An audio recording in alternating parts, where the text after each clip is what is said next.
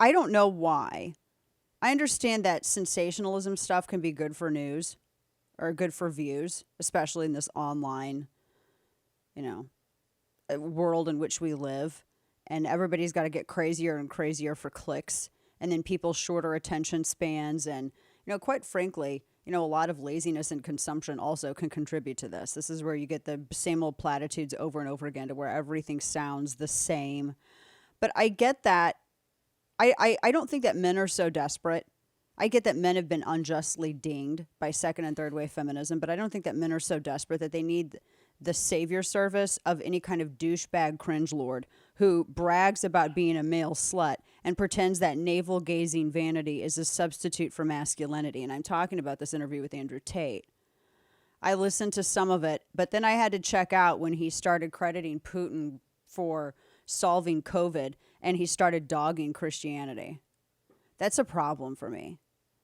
And when he was saying that, well, I was put into jail because I'm so brave, like I'm so totes brave. And I was speaking like the truth. I'm so totes brave.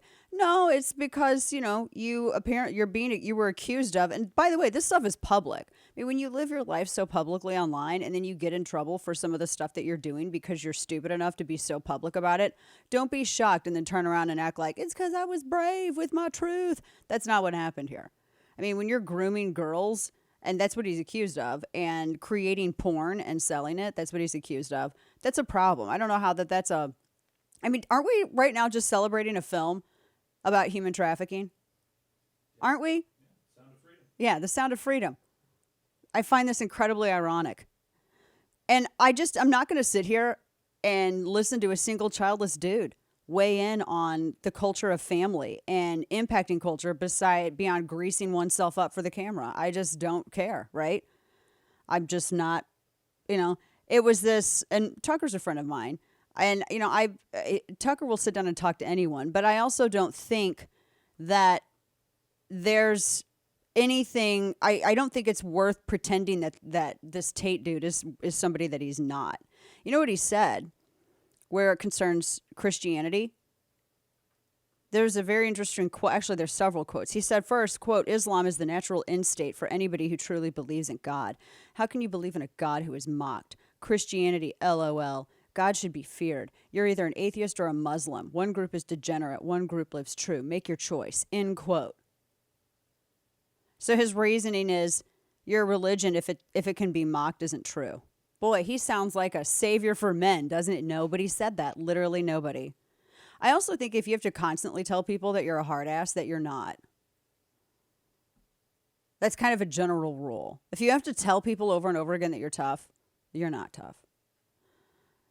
The quotes and the mocking and the bashing of Christianity notwithstanding, I mean, I guess if you believe that Jesus died on the cross for the sins of humanity, I guess that means you're a degenerate, because that's what he just said. That's what that quote means.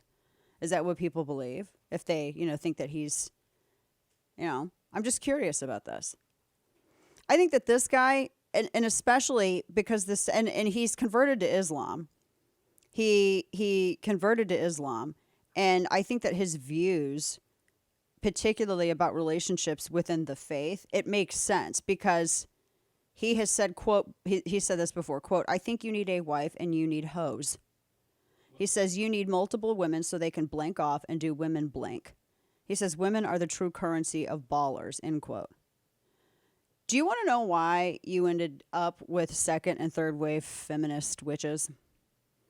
Because of weak beta males like this.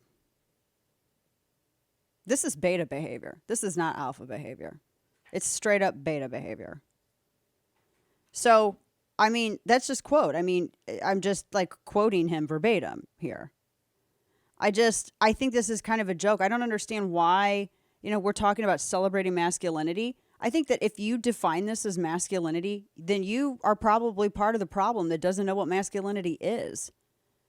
And you've been led into believing that the male version of second and third wave feminism, because let's be honest, that's what this is. It's not masculinity and it's not chivalry. It is the beta male response to second and third wave feminism.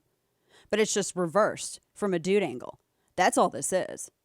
This isn't masculinity. It's not strength. It's not alphaism. It's none of these things. That's just the honest truth of it. So I could sit here and regale you with more quotes, but you're just going to you're going to lose your appetite for lunch. Just saying. So, I don't mind talk to, do interviews, do whatever, but don't sit here and act like some dude's like this, representation of masculinity or a representation of any kind of respectable anything. I think it's kind of a joke. It is, like I said, it's second and whatever beta male version you could manifest of second and third wave feminism. That's what this is. It is the version of that, just inverted to dude form. That's it. That is not how you fight that stuff. You fight that stuff with actual masculinity. That's how you deal with it. So I'm just saying, we got enough D-bag cringe lords in the societal mix. And men aren't in such a bad spot that they need the services of anybody like that to elevate them. And I think that there are a lot more really good gents out there that are better examples, better representations, and actually tough and strong enough that, they serve the point better than this.